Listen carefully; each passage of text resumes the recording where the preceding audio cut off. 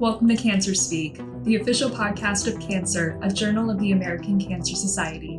Cancer Speak is here to bring the best of science to the broadest of the audience, offering the latest research, real-life stories, and expert perspectives from the field of oncology. We're continuing our four-part series featuring a conversation between members of the American Cancer Society National Navigation Roundtable to discuss patient navigation in cancer care. This episode marks part 2 of that discussion. Topics explored in today's episode are also covered in a free-to-read supplement to Cancer entitled A Decade Later, The State of Patient Navigation in Cancer. All 13 articles from the supplement are available to read at canceronlinejournal.com. Without further ado, let's begin part 2 of our conversation with the National Navigation Roundtable. I'm going to go ahead and get started now. And I know that Angelo, as well as Electra, talked a little bit about the foundation of patient navigation. But Elizabeth, I know we have several folks who are new.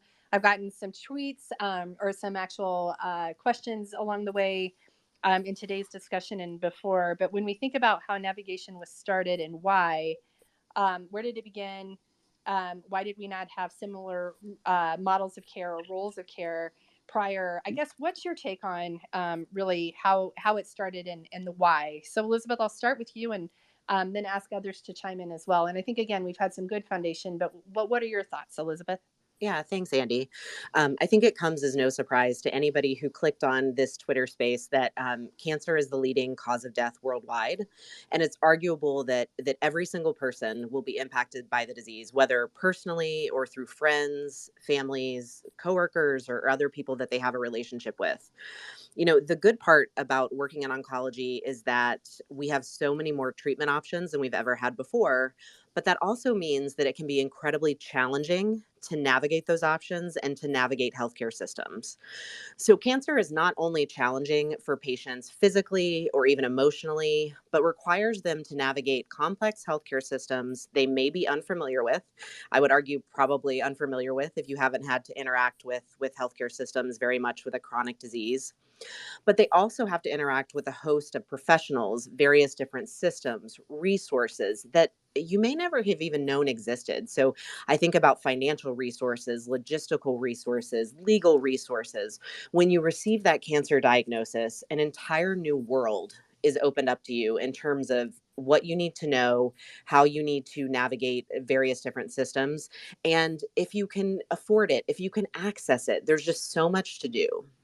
We also know that cancer has a disproportionate impact on a variety of different communities of color, people with lower incomes, LGBTQ communities, and many others who tend to experience access inequalities. So, simply put, our cancer care systems are challenging for just about anybody to understand because they're just so complex.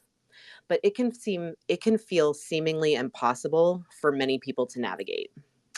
So, as a result, patient navigation emerged around 1989. The American Cancer Society national hearings on cancer in the poor occurred. And the following year, in 1990, Dr. Harold Freeman, who we've already talked about today, who is now the grandfather of navigation, launched the first ever patient navigation program in the United States. And that was based out of Harlem, New York. Navigation was developed as a strategy to improve outcomes in marginalized populations by eliminating barriers to timely diagnosis and treatment of cancer and other chronic diseases. And navigation has now been around for over 30 years, and we've experienced times of support. We've had government support, we've had investment, cancer centers have been supportive, accrediting bodies have been supportive, but we've also struggled with sustainability. And one of the most commonly discussed ways that we talk about sustainability is through reimbursement or the financial compensation for navigator services.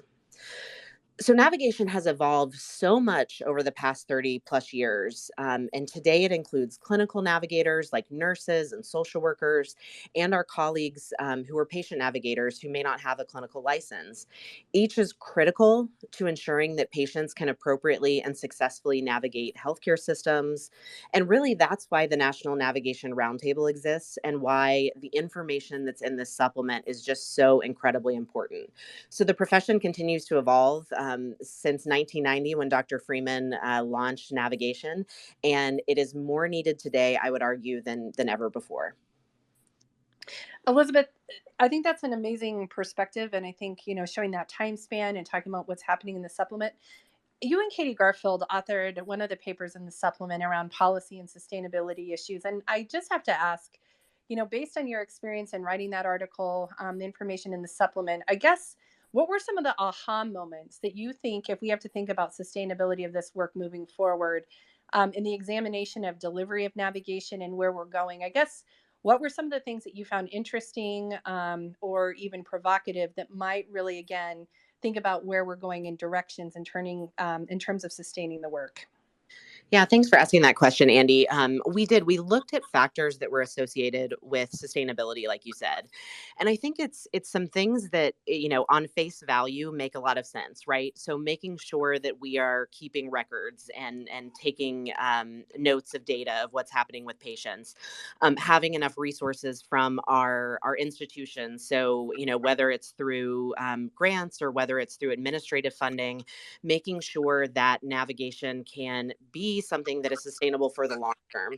I think if you asked any navigator what their biggest concern is, once they say their patients and they want to make sure that their patients are well taken care of, the second thing that will come out of their mouth is probably their positions, right? Because they're not always hardwired into funding and they're not reimbursable. So what does this look like?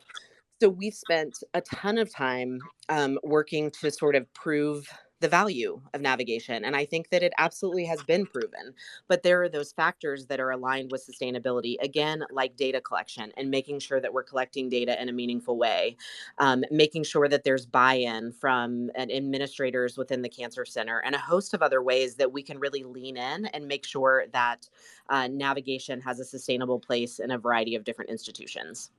All right, awesome. And I think that's a nice pull from the supplement in terms of thinking of really that applicability and really what people can think of the day to day to really make that case. So, Linda, along the same vein, again, we've talked about navigation, in terms of looking at decreasing, barriers to care, increasing access. It's one of the only proven evidence based interventions that really does address disparities in cancer delivery and care. However, just as we noted with Elizabeth's work and discussion in the paper, even though we have this ever increasing evidence base, the mounting foundation I talked about of evidence to show it works throughout the continuum, it's still largely not reimbursable. So again, what can we do to make navigation a reimbursable service, Linda, from your prerogative and based on the work from the supplement that you've explored?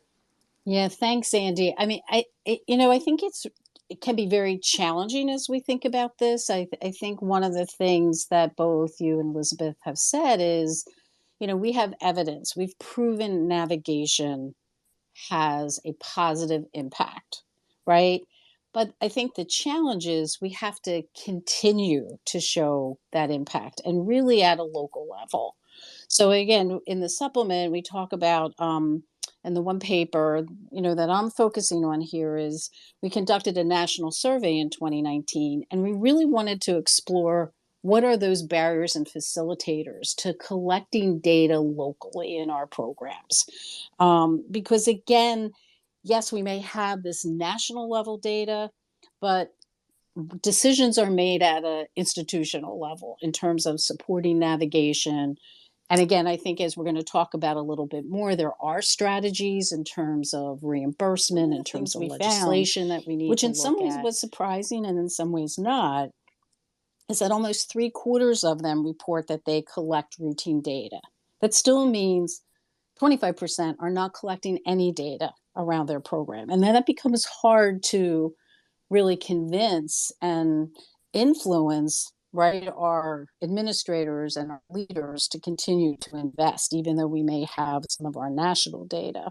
And one of the things is we found if they had external funding, they were more likely to be collecting data. So if they had grant funding, or if they were part of an accreditation process. So again, these external levers in a way, to help show the support for collecting this data.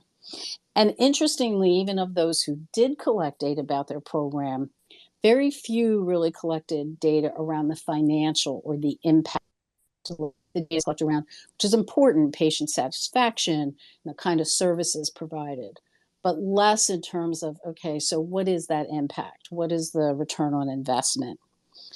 And again, this other challenge of only half really use their data to create reports. So, taking it that next step, being able to create a report just to bring to your cancer committee, to bring to your leadership, to really show those opportunities for future funding.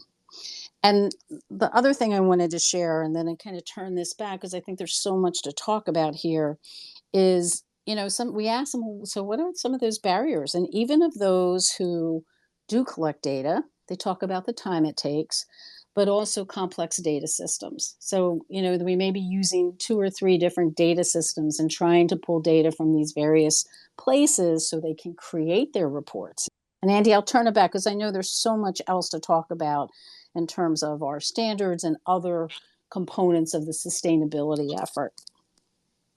Yeah, and Linda, thank you so much. And I do think, it's interesting. This morning I had a coffee with a state legislator in Colorado who's interested in navigation, delivery of services, and wondering where to place resources and how to really think this. So I think having that data, even at 7 a.m. this morning in Colorado with some coffee and talking about being able to utilize that, make the case. But also, Linda, I think as you've also, and I think Elizabeth struck on as well, is how do you tell that story and make that case to people who are making decisions in a critical way, which I do think part of our evidence-based task group with Electra and Beth have been talking a little bit about case studies. How do we utilize that?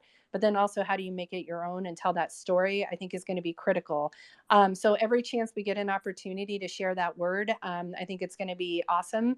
But also, I think really critically thinking about what data points, what elements are going to be key, whether that's outcomes, whether that's cost data, who are our audiences. That's something that's really going to have to drive. And I know something we talk about, even the sustainability constructs. I know Mandy Chapman recently had a paper. I've actually created a paper in the supplement as well that talks a little bit about how do we look at sustainability. And part of that is, again, that data component, but how do you also make that oriented to the decision maker who's going to be in the key place to think about sustaining this work moving forward. And I think the other thing that's come up for sustainability is, even if you have that funding to implement navigation, sustaining that is really talking about continuing to make that case. Just because it's there today doesn't mean it'll be there tomorrow. We're not just there yet. Thank you for joining us today on Cancer Speak. We hope you've been enjoying this conversation on patient navigation and cancer care with the National Navigation Roundtable. This episode of Cancer Speak is brought to you by the American Cancer Society Journal's editorial team. Be sure to follow Cancer on Twitter and follow the American Cancer Society Journals on LinkedIn. Don't forget to subscribe and leave us a comment on how you're liking these episodes so far. Until next time, this is Cancer Speak, the podcast of the journal Cancer, signing off.